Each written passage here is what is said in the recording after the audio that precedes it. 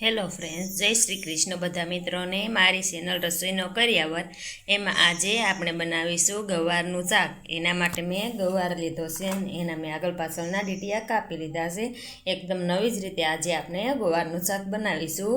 હવે આપણે ગુવારના જે ડીટીયા કાપી લીધા છે 1 કિલો જેટલું મેં અહીં ગુવાર લીધો છે। હવે આપણે તેને કુકરમાં બાફવા મૂકી દઈશું। આપણે અહીં કૂણો ગુવાર લીધો છે, તમે જોઈ શકો છો। આપણું પાણી કુકરમાં ગરમ થઈ ગયું છે, તો હવે આપણે ગુવારને તેમાં નાખી દઈશું। ગુવારને પહેલાં ધોઈ લેવાનો છે, પછી નાખવાનો છે। મેં ડીટીયા દોયડા એની પહેલાં ધોઈ લીધો હતો।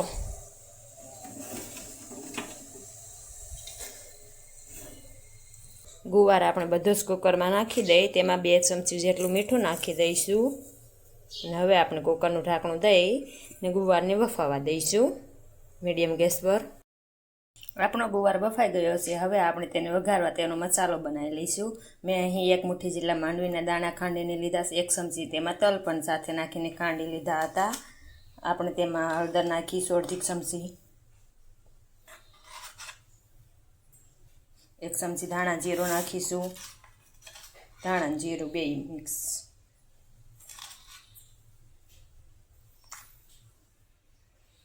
તેમાં હું 1 ચમચી જેટલું લાલ મરચું નાખી રહીશું। મેં અહીં ખાંડેલું લસણવાળું લીધું છે, તમે લીમડાની ચટણી પણ લઈ શકો છો। હવે તેને બધાને આપણે સારી રીતે મિક્સ કરી લઈશું અને હવે આપણે ગુવારનું શાકને વઘારવા તેલ ગરમ મૂકી દઈશું। આપણે 5 પાવડા જેટલું તેલ નાખીશું શાક વઘારવા માટે।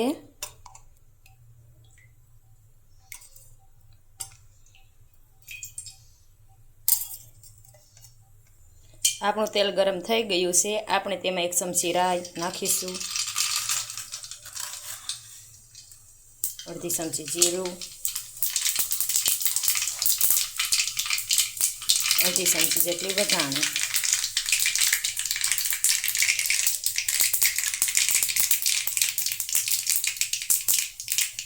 આપણા મસાલાનો વઘાર થઈ જાય સારી રીતે એટલે આપણે તેમાં લસણ નાખીશું। મેં અહીં કાપીને લીધું છે કળી, તમે ખાંડીને પણ લઈ શકો છો।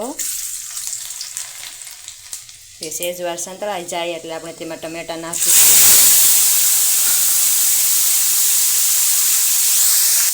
આપણે તેને મીડિયમ ગેસ પર સળવા દઈશું। તમે ડુંગળી પણ નાખી શકો છો, તે ટમેટા પહેલાં નાખ્યું, મેં અહીં નથી નાખી રહી।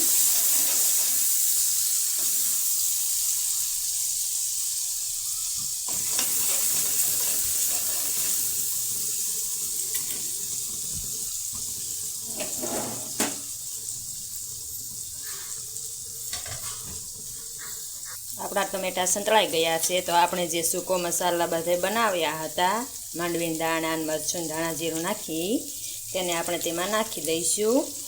તમે તેમાં આદુનો ટુકડો પણ ખાંડીને નાખી શકો છો। આપણે તેને મીડિયમ ગેસ પર સંતળાવા દઈશું 2 મિનિટ માટે।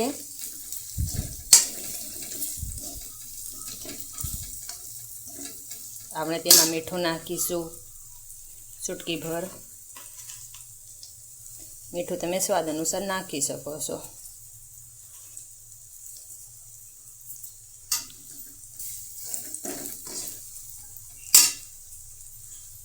તમને એવું લાગે કે મસાલો છે એ સોટી રહ્યો છે, તો તેમાં તમારે થોડું પાણી નાખવું।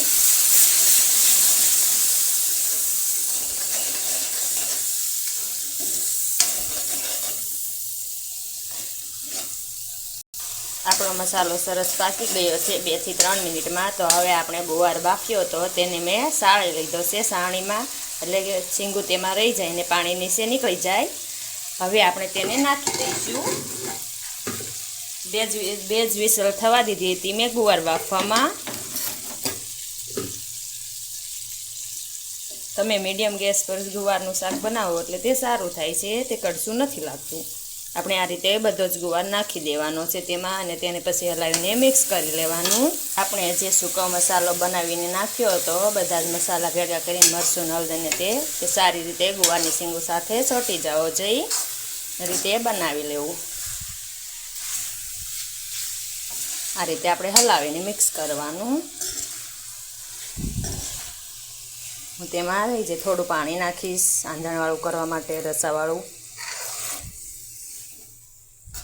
આપણો ગુવાર બાફી લીધો છે એટલે તેને સડવા નથી દેવાનો. સહેજ ઉકળી જાય એટલે આપણે તેને બંધ કરીને નીચે ઉતારી લઈશું.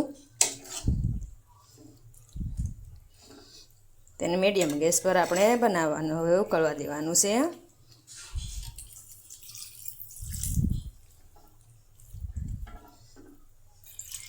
હું અહીં 1/2 લીટર જેટલું પાણી નાખું છું તેમાં રસાવાળું કરવા.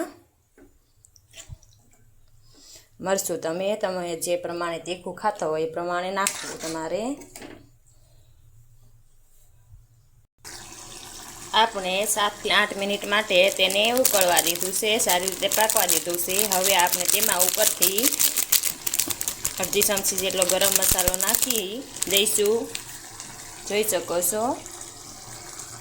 તેને હલાવીને મિક્સ કરી લઈશું અને તેને ગેસ બંધ કરીને ઉતારી લઈશું. આપણે ગરમ મસાલો નાખી તેને હલાવી લેવાનું. 1/2 ચમચી જેટલું ધાણા જીરું ઉપરથી નાખી દઈશું. હવે ગેસ બંધ કરી દઈશું. આપણું ગુવારનું શાક બનીને તૈયાર છે, તમે જોઈ શકો છો. તમે ઉપરથી કોથમીર પણ નાખી શકો છો. અહીં હું નથી નાખી રહી, ગુવાર લીલો જોવાથી તેમાં કોથમીર નથી દેખાતી એટલા માટે. આપણું ગુવારનું શાક એકદમ નવી જ રીતે બનીને તૈયાર છે. જો તમે રસાવાળું ખાતા હો તો વધુ રસો રાખો, અને રસા વિનાનું ખાતા હો તો તેને પાણી વધારે ન નાખવું. ને મીડિયમ અહીં રાખ્યું છે, વધારે રસો પણ નહીં અને રસા વિનાનું પણ નહીં. એમ તમે જોઈ શકો છો. આપણું ગુવારનું શાક બનીને તૈયાર છે. આવી જ મારી અવનવી વાનગીઓ જોવા માટે મારી ચેનલ રસોઈનો કરિયાવરને લાઇક, શેર અને સબસ્ક્રાઈબ કરો. એકદમ નવી જ રીતે ગુવારનું શાક જોવાની રીતે ભૂલતા નહીં. અને તમે કોમેન્ટમાં જરૂરથી કહેજો કે કેવું બન્યું છે તે, અને તમે કઈ રીતે બનાવો છો તે પણ કોમેન્ટ કરજો.